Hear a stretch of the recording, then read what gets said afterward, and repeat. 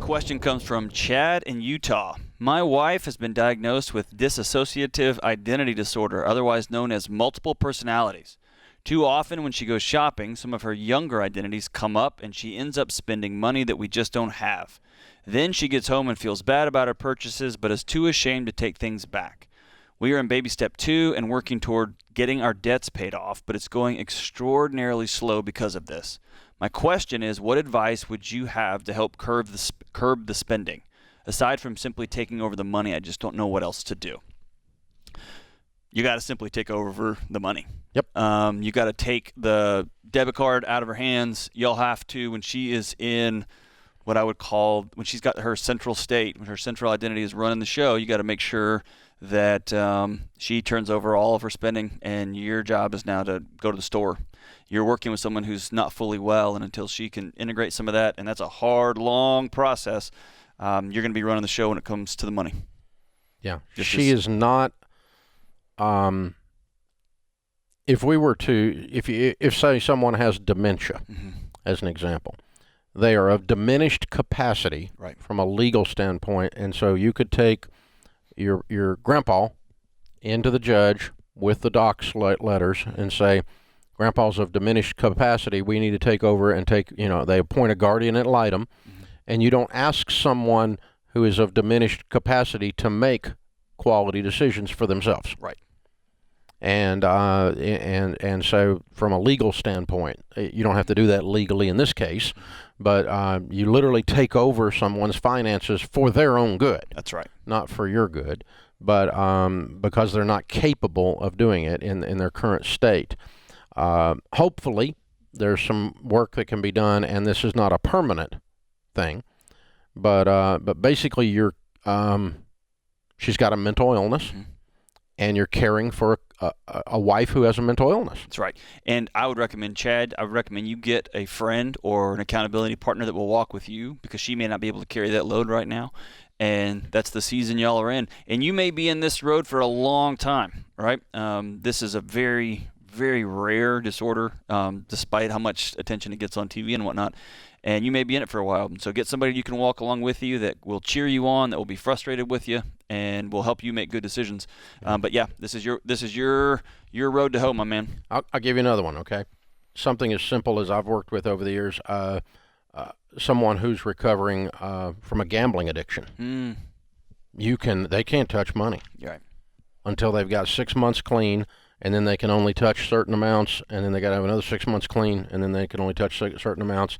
And then, when you got 2 years clean, we could talk about having joint accounts again. Right. But otherwise, I'm just going to take care of you. Right.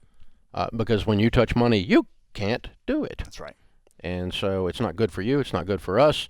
And so you're expecting something of her that she does not have the strength and capacity to deliver, which is called self-discipline. That's right.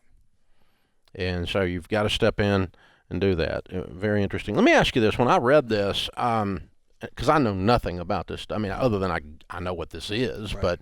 But, from the 3 psych classes I had in my life. But, right. How often is something like this misdiagnosed? Significantly, massively. True dissociative identity disorder is super, super rare. And it's a splintering of your identities. It's less about you've got different people living inside of you, and more you've got identities. Usually it stems from really significant trauma. From childhood. Yeah. And you've got different identities that will rise up and take care of different things, like scary moments and joyful moments. And there may be something around money or stores or responsibility that this Chad's wife reverts back. Yeah, and usually there's one that's a quarterback. There's some interesting stuff, man. You can look at the brain images change, blood pressure changes, in true diagnostics. It's really bizarre. But it's very rare. It's incredible, but it's very, very rare. Right. Yeah, so maybe not in this situation, but maybe if someone thought they had that, it could be that it's almost like we're trying to give something a label where I'm just refusing to control myself. Occasionally, usually, if you've got it's just the younger me. I need a victim. Yeah, if I would go see somebody twice, I'd go see 2 different people who diagnosed me with this. I would not absolutely 100%. You can't self-diagnose this. No. Right. No. And sometimes dealing with trauma, And I can't undiagnose it sitting here, obviously, either. And that's not right. what I'm trying to do in their situation. I just, there's a little part of me that wonders, the younger identity. I've heard so many people have so many excuses over the years on why they will not control their spending. That's exactly right. And I'm not saying this is the case with her, but sure. I'm always leery. That's right. And again, in these rare moments, the working together means you're taking over, right? Yeah. You're just are a diminished capacity. That's right. That's different than I refuse to. Or it makes me scared to win. Or it reminds me when I was a kid, and those are different. That's a lot different. There's a difference in a 10 and a 2. This you're talking. Your heart rate changes, your blood pressure. I've seen some where even vocal cords reshift. Some are smoking and some don't smoke. I mean, you're talking dramatic, and it's super rare. And like I said, if someone I love was diagnosed with this, I would be on the phone with another doctor immediately to get a completely new workup to see if this is accurate and true. Yeah, very interesting. Yeah. It probably shows up in the movies more than in real life. Way more in the movies. That's right. Okay. Yeah. Open phones at 888-825-5225. And by the way, just in case some of you misheard that, in neither one of us are saying that is the case with Chad's wife. Absolutely It's just a discussion because this kind of thing comes up.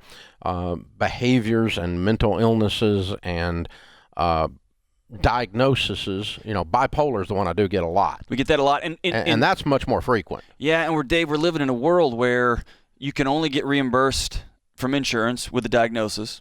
And so there is an incentive to give a diagnosis. Which means get labeled.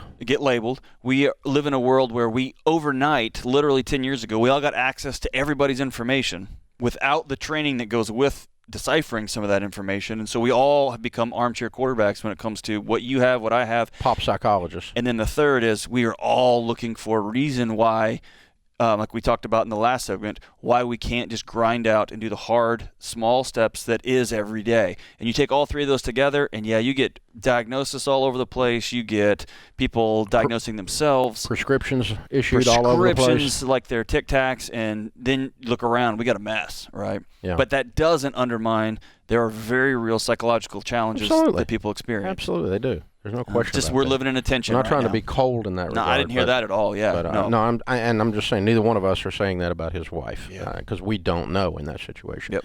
But if that is truly what's going on, and it sounds like it is, then yes, she cannot handle money until she has a level of healing past that. And if you have someone that's dealing with gambling addiction, they cannot touch money. If they're dealing with a pornography addiction, they cannot touch money. As a matter of fact, if they're dealing with an addiction, they just can't touch money. Because addicts, 100% of addicts are broke eventually. It's the gasoline for their fire, right? Eventually. They're going to spend money on their thing, whatever it is they're addicted to the point they destroy their family and themselves. Eventually. There are no such thing as rich addicts that remain rich forever. They remain rich, that's right. So eventually they're going to snort their fortune away or, it goes from porn to prostitutes or whatever. And, gambling is pretty quick. You can run through the money with gambling. Real just fast. Open up your computer and you can go through about $100,000 in 20 minutes. And there's always someone on the street corner to give you some more, right? Oh, yeah, absolutely. The internet will hook you up, baby.